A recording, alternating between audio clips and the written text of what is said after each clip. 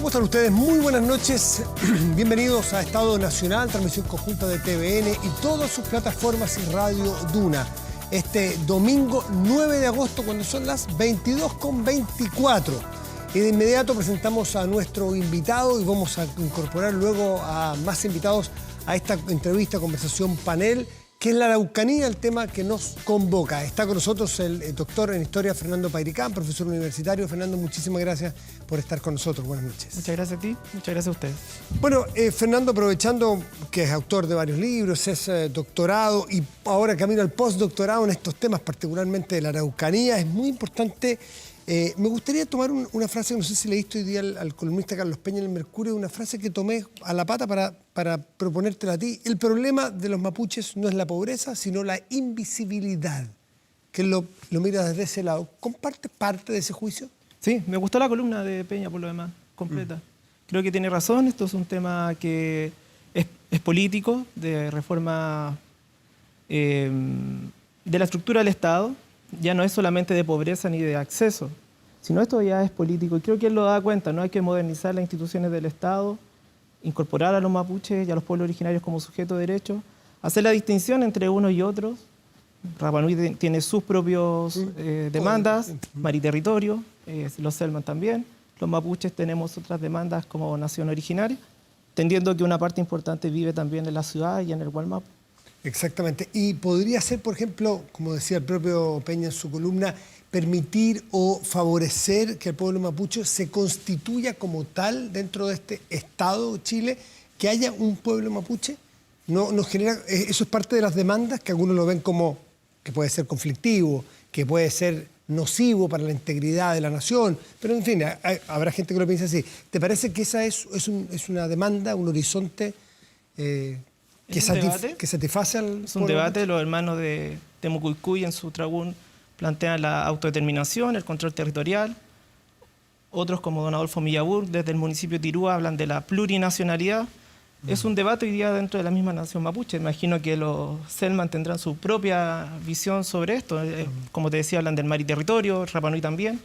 Hoy día hay una diversidad y esa diversidad es la que tenemos que canalizar políticamente, y el Estado chileno tiene que ser capaz de poder incorporar como sujeto de derecho esa diferencia y esas particularidades que no son la división del país, sino que tal vez, ni tampoco la destrucción de la democracia, sino que tal vez son el complemento y el perfeccionamiento y la madurez de la democracia chilena. Fernando, ¿cuál crees tú que serían los canales institucionales que pudieran, a su vez, salvar las demandas diversas que tú nos narras de los distintos pueblos originarios con el actual Estado de Chile?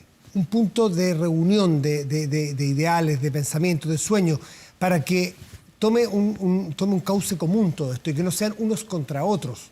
Porque, ¿cómo unir muchos deseos distintos pueblos originarios? Esa es la particularidad y la gracia del mundo, ¿no? Creo que hay otras naciones que no tienen tantos problemas con esa diferencia, ¿no? Estoy pensando en Gran Bretaña o naciones, incluso diría hasta Bolivia, Ecuador, que han tenido mayor avance o tuvieron mayor avance sobre estos derechos. Los pueblos originarios y la nación mapuche ha planteado una vía de autonomía, vía Estado plurinacional o vía control territorial. Y eso ha venido dándose como un argumento y ha tenido un sustento político e ideológico, y también ha tenido un respaldo popular. En las últimas encuestas que han dado de opinión pública, la población chilena comparte ya no solamente el reconocimiento constitucional, eso ya lo da por zanjado, aunque a pesar que todavía no se cumple, sino de avanzar en otros tipos de Estado. Incluso se habla de un Estado plurinacional, la cual tampoco tiene un escaso apoyo de parte de la población. Fernando Pairicán, ¿qué tipo de autonomía? Porque esa palabra, ese concepto solo de autonomía, hay un porcentaje de la población chilena que dice, no, eso es dos Chiles dentro de un Chile, dos naciones, autonomía. ¿Y qué pasa entonces con la jurisdicción territorial de la ley chilena? ¿Cómo podría zanjarse convivir esa doble? La necesidad de modificar las estructuras del Estado. No sé muy bien quiénes son los que se oponen, ¿no? En la encuesta hay un sector de la clase alta que puede oponerse, en sectores también populares, algunos también en la encuesta dan parte de eso. Pero hay experiencias que no son solamente latinoamericanas. Estoy pensando en Gran Bretaña, Estados Unidos, estoy pensando en Nueva Zelanda, que se ocupa bastante. Todos los actores políticos ocupan Nueva Zelanda como un ejemplo. Yo creo que estamos bastante lejos de Nueva Zelanda en lo económico y en la estructura de modernización de parte del Estado y de la elite por lo demás en su aspecto ¿Pero intelectual. a qué tipo de autonomía se refieren mayoritariamente los interlocutores del pueblo mapuche? ¿A tener códigos legales propios? ¿Tener pago de impuestos propios? ¿A qué grados de autonomía? Yo he visto por lo menos en el análisis del movimiento 3, las comunidades en conflicto plantean el control territorial, que es un poco lo que está llevando adelante Temu Cuycuy. Parece el más extremo ese. No sé si sea extremo, yo creo que hay que tener cuidado con los conceptos, porque no sé si sea extremo la autonomía, ¿no? Hay países de Europa que tienen autonomía y no sé si podríamos catalogar a España de extremo o a Gran Bretaña de extremo, ¿no? Yo creo que son bastante liberales, incluso el derecho como tal, ¿no? Claro, España tiene... Más extremo me parece que se niegue ese derecho. Yo creo que ese son los No, me puntos refiero extremos. dentro de las posturas del pueblo mapuche, ese sería el que va más allá, el que pide autonomías. Autonomías, como tú acabas de decir bien, España goza de un montón de estatutos de autonomía dentro de su territorio. Hay tres opciones que se ha una. dado dentro del movimiento. El control territorial que están llevando adelante el movimiento mapuche, vía municipio, y lo que se ha planteado en el último tiempo algunos, la idea de remodificar el Estado hacia un nuevo tipo de Estado que deje entrever la diferencia étnica, pero también migrantes. Hay que recordar que muchos migrantes pertenecen a naciones originarias también. Entonces, un poco hay tres opciones, hay que barajar cuál es la que más se puede llevar adelante, pero las encuestas de opinión sí están de acuerdo con un cambio constitucional, un reconocimiento a las naciones originarias e incluso avances sobre un Estado ya sea multicultural o plurinacional. La población chilena e indígena, pueblos originarios, comparte que debe haber una transformación en las relaciones entre pueblo originario y lo que hoy día existe. Vamos a incorporar a esta conversación a dos invitados que están a la distancia. La diputada socialista Emilia Nullado. Diputada, muy buenas noches, gracias por recibirnos. Muy buenas noches, Matías. Saludar también a la mía en Pairicán y al exintendente. Al exintendente, usted ya lo presentó y lo quiero saludar. Él es Jorge Atton, exintendente de la Araucanía. Exintendente de la Araucanía. Jorge, buenas noches. ¿Qué tal? ¿Cómo estás, Matías? ¿Cómo está, diputada? ¿Cómo estás, Valeria? Bueno, aquí estábamos conversando con Fernando justamente sobre estas alternativas. No sé si ustedes quieren plantear cuáles creen que pudieran ser los puntos de encuentro, más allá de los diálogos circunstanciales, que podemos hablar sobre hechos que están ocurriendo ahora, demandas puntuales, tratar de subir un poco la mirada a las demandas de largo plazo en el contexto de un plebiscito que puede llevar a eventualmente una nueva constitución. Quizás puede ser ese el momento donde se rediseñe entre toda la sociedad una nueva forma de Estado, por ejemplo. Emilia, ¿qué piensa usted? ¿Cuáles son las demandas que pudieran acercar a posiciones tan largamente irreconciliables a ratos?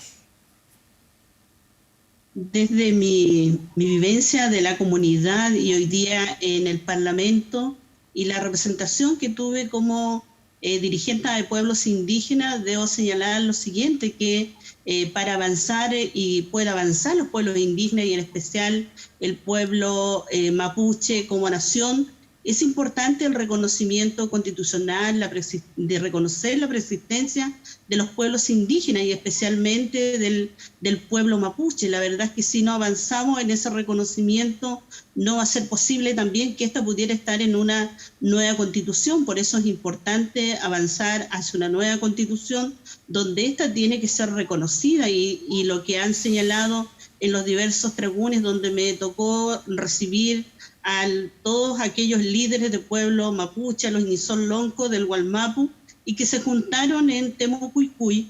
Ellos plantearon que era importante para avanzar en un diálogo serio donde el Estado no lo ha hecho durante gran parte de la legislación, de la historia de la legislación en Chile, y donde ellos señalaban de que la verdad el Estado tiene que reconocer que no ha dialogado los temas de fondo, los temas que son mucho más profundos con el pueblo mapuche, que en este caso la proposición que ellos nos hicieron a la comisión y a varios diputados de oposición y tanto del oficialismo, que era conformar una comisión de carácter vinculante, que ésta pueda esclarecer la pérdida territorial y por lo tanto a partir de ello nos plantean la posibilidad de generar este diálogo, porque la mayoría de la situación conflicto y las cuales hoy día tenemos a el Bache Celestino Córdoba, una autoridad ancestral espiritual en huelga de hambre, y donde también tenemos hermanos en la cárcel de Angol, que se encuentra ya cercano a los 100 días de huelga de hambre,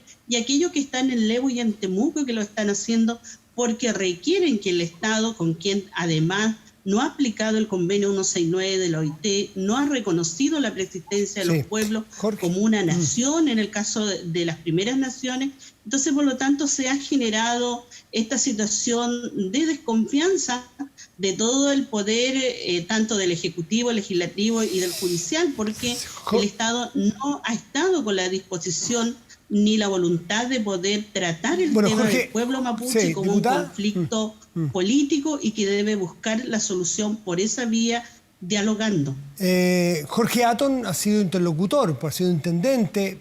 Jorge Atton es de toda la vida, ahí de la zona de la Araucanía, por lo tanto de Curacautín, entiendo puntualmente. Por lo tanto, conoce también, quizás una mirada con un matiz distinto, pero desde el territorio mismo.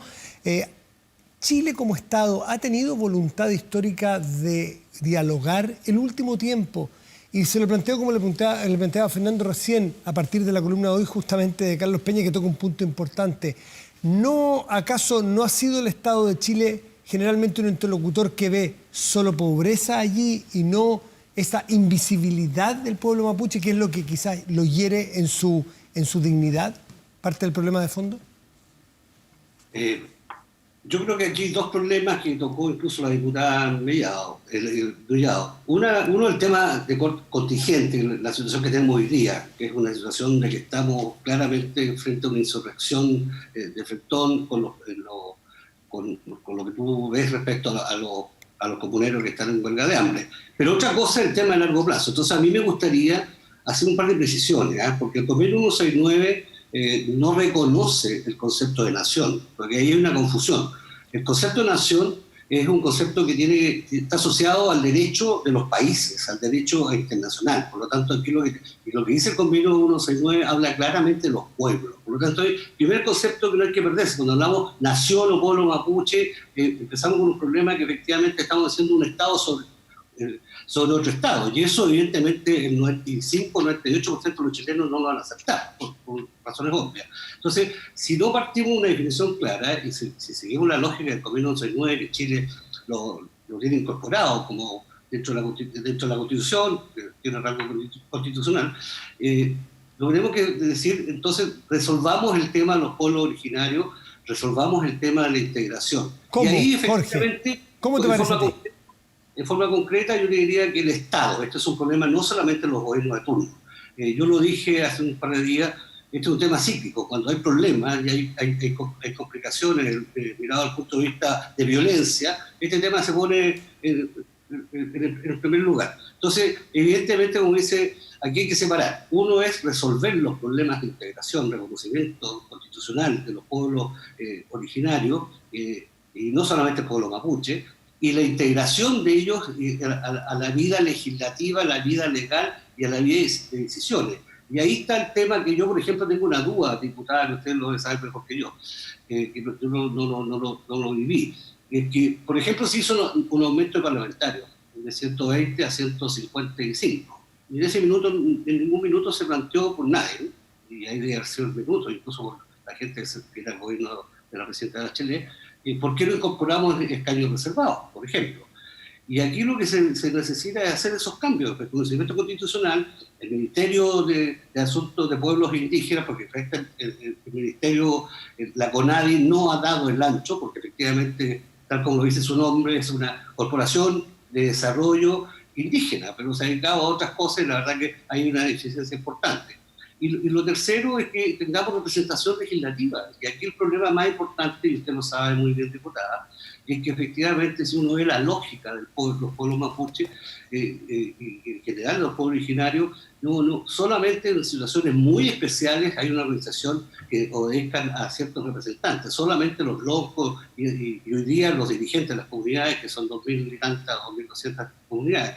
Por lo tanto, yo creo que el primer camino urgente ahora, y para la línea y te respondo tu pregunta exacta, Matías, es que avancemos los escaños reservados para efecto de la discusión si gana el apruebo, la discusión constitucional, y eso incorporemos y sea un punto importante. Pero hoy día necesitamos urgente que efectivamente existan representantes que sí tengamos un diálogo y que el Estado tenga, hoy día es urgente regular el Estado de Derecho, resolver el tema de la huelga de hambre, que es un tema urgente, y terminar con la insurrección que tenemos hoy día aquí en la región. La verdad que ustedes vimos las noticias anteriormente y lo vivimos todos los días. Jorge, luego vamos a entrar en los temas más contingentes, pero creo que es bueno subir un poco la mirada a los temas más históricos, globales. Y Fernando, Jorge Atton dice, es urgente tener representantes del pueblo mapuche para enfrentar los temas contingentes o de largo plazo.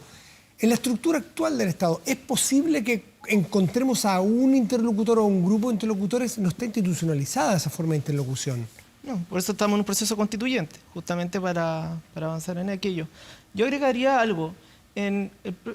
Nos acercamos a la conmemoración de Tapigüe en el próximo año. El momento en que el Estado trató de, en sus comienzos, en su inicio, ¿no?, tratar de redefinir las relaciones entre el pueblo mapuche y el Estado chileno.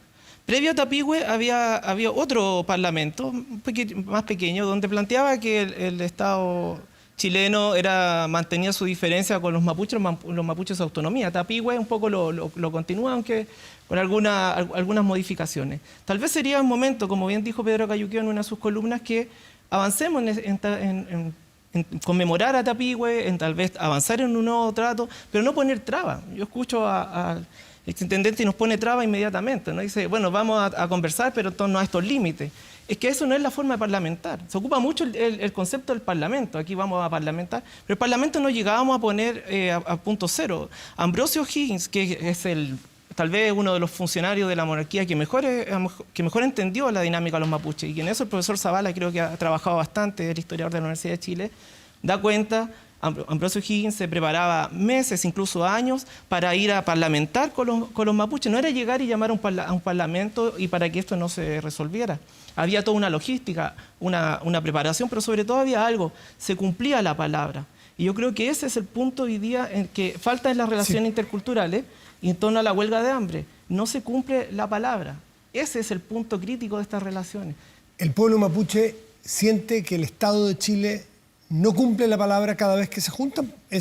Leí una entrevista tuya el viernes que decía más o menos eso, ¿no? Que desconfía de la palabra del Estado de Chile. Tiene razones para desconfiar, pero también había un concepto que yo encontré en la fuente en el siglo XIX, cuando llegó los chilenos con su bandera y un lonco de Malales, se llama, decía, esa bandera trae el colorado de la guerra, decía, en alusión al color rojo.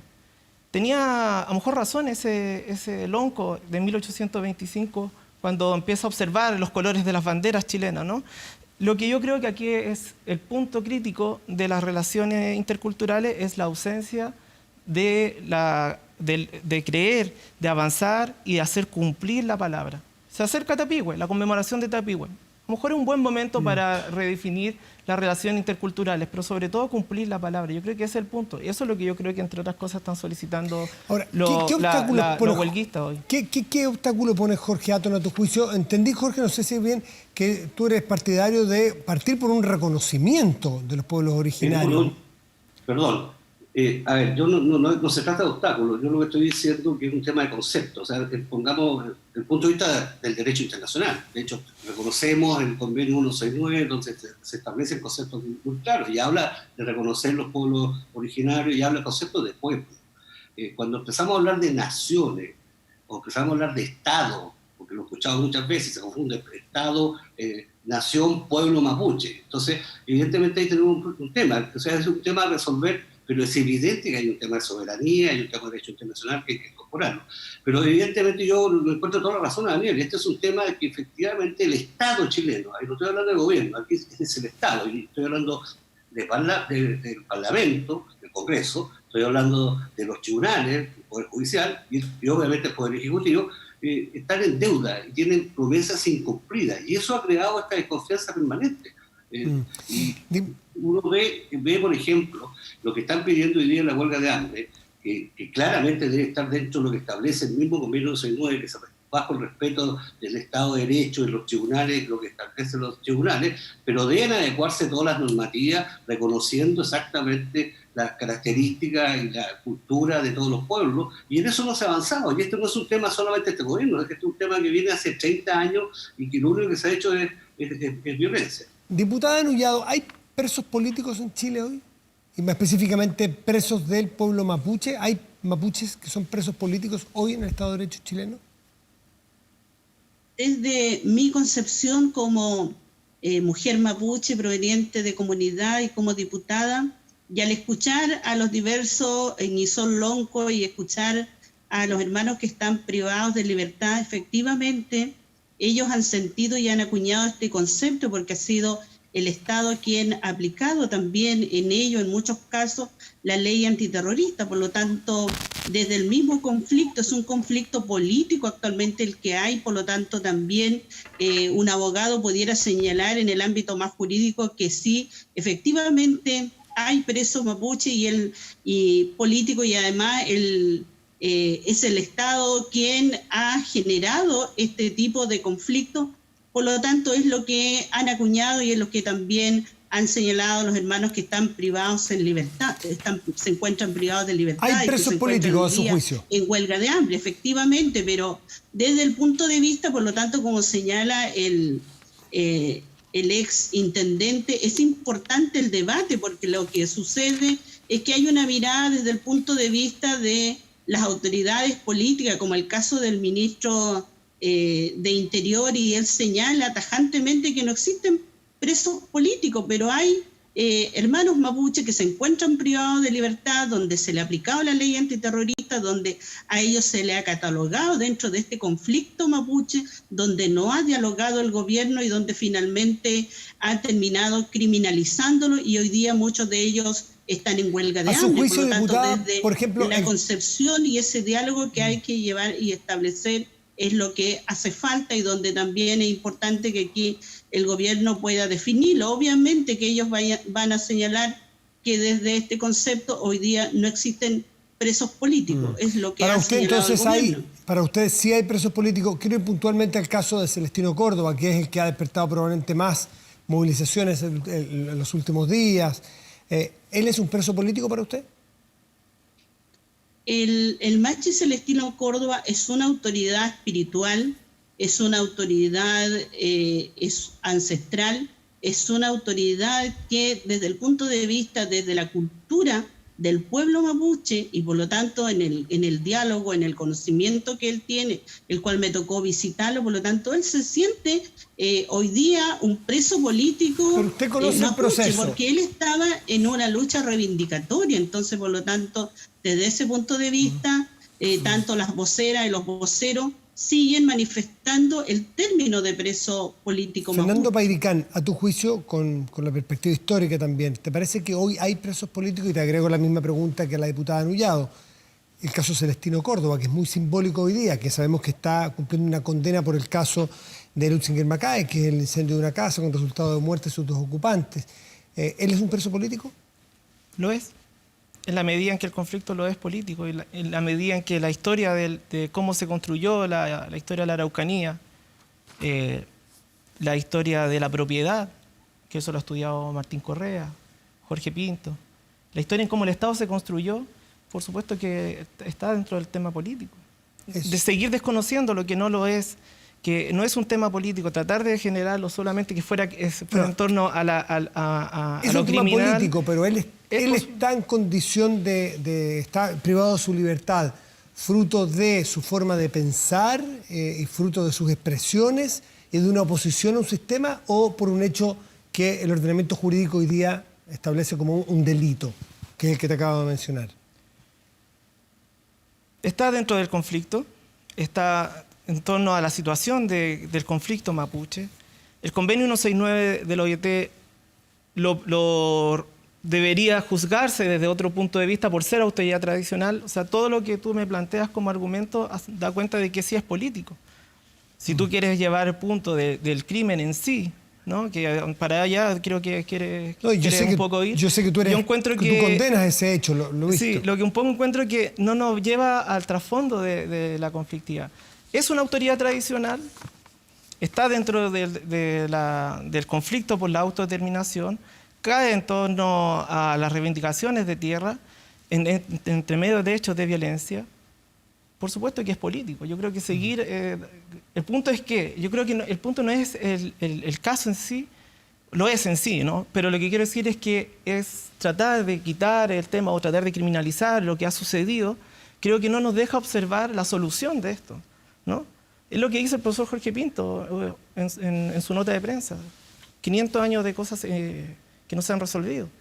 Yo creo que no pasa por seguir tratando de criminalizar lo que sucedió, sino hay que tratar de buscar una solución, una respuesta, poder canalizarlo políticamente lo que ha sucedido, ¿no? Porque si no, si mantenemos esa barrera, creo yo, de la conflictividad de la frontera como tal, no lo vamos a resolver y le vamos a seguir heredando a las generaciones que vienen un conflicto todavía que se va a ir radicalizando en el tiempo, como ha venido sucediendo desde, ojo, la muerte de Alex Lemun en el año 2002, de Matías Catrileo, Jaime Mendoza Collío. Jorge Atón, sí. Yo creo que hay que, tal como lo primero que dije respecto a los conceptos, y por eso le digo a Fernando que hay que tener cuidado con los conceptos, porque cuando tienes situaciones súper sensibles, el usar mal el lenguaje se presta para cualquier cosa. Hoy día escuchaba exactamente al senador Buenchumilla, que dijo que él no quería referirse si eran presos políticos o no presos políticos, porque efectivamente en esa lógica de usar la violencia y hacer actos criminales, piensen que el Machi Centeno Córdoba está condenado porque... sí, lo mencionamos. Por Estado de Justicia, y que fue la muerte del matrimonio de Lucy Macay, por lo tanto, y que además murieron en el mismo incendio. Por lo tanto, la verdad que son temas que hay que decirlo bastante claro. O sea, si yo tengo un tema político, como lo está planteando muy bien Fernando, que hay un tema político, que el Estado chileno está en deuda, no ha cumplido los compromisos, pero no podemos avalar la violencia, no podemos avalar los actos que claramente apuntan, que se salen del Estado de Derecho de lo que es la nación. Sí. Yo lo comparto. Yo lo comparto, si pero también me gustaría que usted también pudiera tener una opinión sobre la muerte de Alex Lemun, sí, no, de Matías Catrileo, de Jaime Mendoza Collío, de las familias que han sido allanadas también en las comunidades, de los hermanos y hermanas que han perdido también la vista por el abuso de la policía. O sea, yo creo que, usted toma un caso, yo le pido también que tomemos la historia de lo que ha sucedido en los últimos tiempos. No tiene que olvidar que incluso hasta las manifestaciones del Consejo de Todas las Tierras de los 144 fueron también, la Corte Interamericana falló a favor de la movilización en torno a los hermanos y hermanas. Jorge, para que esta historia no comienza, creo yo, con el caso de Lucy Macay, al cual yo personalmente lo escribí en el Declini, en ese tiempo escribía en el Declini, puse mi opinión, que siempre ha sido bien clara frente a aquello, pero tampoco la historia comienza con el caso de Lucy Macay, comienza tal vez mucho tiempo antes, décadas antes, y en ese ámbito yo creo que usted también debería pronunciarse frente a lo que sucede con los otros hermanos y hermanas en esta historia. Jorge, para cerrar, porque tenemos que cerrar los contactos desde la región.